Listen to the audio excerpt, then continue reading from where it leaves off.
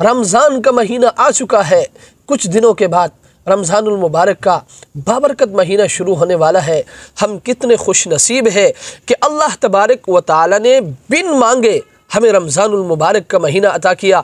आप अलैहिस्सलातु वस्सलाम रमज़ानुल मुबारक के इस बाबरकत महीने का कितना एहतिमाम किया करते थे, कितना इंतज़ार किया करते थे। हज़रत अनस की रिवायत है, वो फरमाते हैं कि जब रजब का महीना शुरू होता था तो आप अलैहिस्सलातु वस्सलाम ये दुआ फरमाया करते थे, अल्लाहुम्मा बारिक लना फ़ी रजब व शाबान व बल्लिगना रमज़ान। जब रजब का महीना शुरू होता था तो आप अलैहिस्सलातु वस्सलाम अल्लाह से दुआ किया करते थे कि इलाहुल आलमीन हमारे लिए रजब और शाबान के महीने में बरकत अता फरमा और हमें रमज़ान के महीने तक पहुँचा दीजिए। हज़रत अबुल फ़ज़ल मशहूर ताबी है, वो फरमाते हैं कि हमारे ज़माने में रमज़ान का इतना एहतिमाम हुआ करता था कि कानू यदऊन अल्लाह सित्तत अशहुरिन अन युबल्लिगहुम, कि हम 6 महीने अल्लाह तबारक व तआला से ये दुआ किया करते थे कि या अल्लाह हमें रमज़ान के महीने तक पहुंचा दीजिए। फिर जब रमज़ान का महीना आता था हम अल्लाह के सामने इबादत किया करते थे, हम रोज़ों का अहतिमाम किया करते थे, हम तरावी का अहतिमाम किया करते थे, हम फ़राइज़ वाजिबात सुनन और मुस्तहब्बात का अहतिमाम किया करते थे। फिर जब रमज़ान का महीना ख़त्म होता था फिर 6 महीने हम अल्लाह तबारक व तआला से ये दुआ किया करते थे, सुम्मा यदऊनहु सित्तत अशहुरिन अन यतक़ब्बलहु मिनहुम।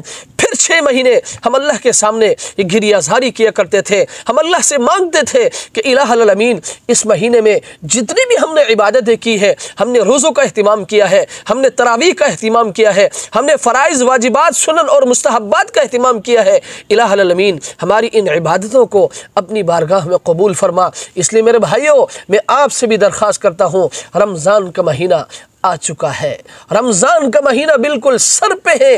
रमज़ान ये रमज़ुन से मुश्तक़ है और रम्ज़ का माना लुग़त अरबिया में जला देने के है। चूँकि इस महीने में अल्लाह तबारक व तआला मुसलमानों के गुनाहों को बिल्कुल ख़त्म कर देते हैं, अल्लाह तबारक व तआला गुनाहों को माफ़ फरमाते हैं, अल्लाह तबारक व तआला इंसानों की बख्शिश फरमाते हैं, बशर्ते के रमज़ानुल मुबारक का पूरा एहतराम और उसके आमाल का एहतिमाम किया जाए। इसलिए मेरे भाइयों, मेरी बहनों और मेरी बेटियों, मैं हाथ जोड़कर आपसे दरख्वास्त करता हूँ, मैं आपसे अपील करता हूँ कि बग़ैर किसी शरई उज़र के आपने रोज़ा नहीं छोड़ना है। और याद रखें, रोज़ा अल्लाह तबारक व तआला और उसके बंदे के दरमियान एक खुफिया मुआहिदा है।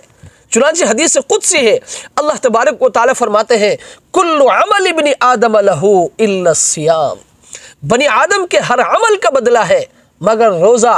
फ़इन्नहु ली व अना अजज़ी बिही, ये रोज़ा मेरे लिए है और इसका बदला मैं खुद ही अता करूँगा। सुबहान अल्लाह। इसमें एक नुक्ता है, वो नुक्ता ये है कि अगर कोई साइल, कोई मांगने वाला मुझसे मांगता है ना तो मैं अपनी हैसियत के मुताबिक दूंगा। अगर कोई साइल, अगर कोई मांगने वाला तुझसे मांगता है ना तो तू अपनी हैसियत के मुताबिक देगा। अगर कोई मांगने वाला किसी अफसर से मांगता है तो वो अफसर अपनी हैसियत के मुताबिक अता करेगा। अगर कोई मांगने वाला किसी वज़ीर से मांगता है तो वो अपनी हैसियत के मुताबिक देगा। तो अल्लाह तबारक व तआला जब रोज़े का बदला अता फरमाएंगे तो अपनी शान के मुताबिक अता फरमाएंगे।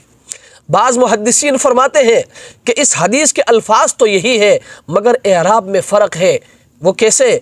अस्सौमु ली व अना उज्ज़ा बिही, अल्लाह तबारक व तआला फरमाते हैं रोज़ा मेरे लिए है और इसका बदला भी मैं खुद हूँ, यानी क़यामत के दिन में इस रोज़े के बदले अपनी दीदार अता करूँगा।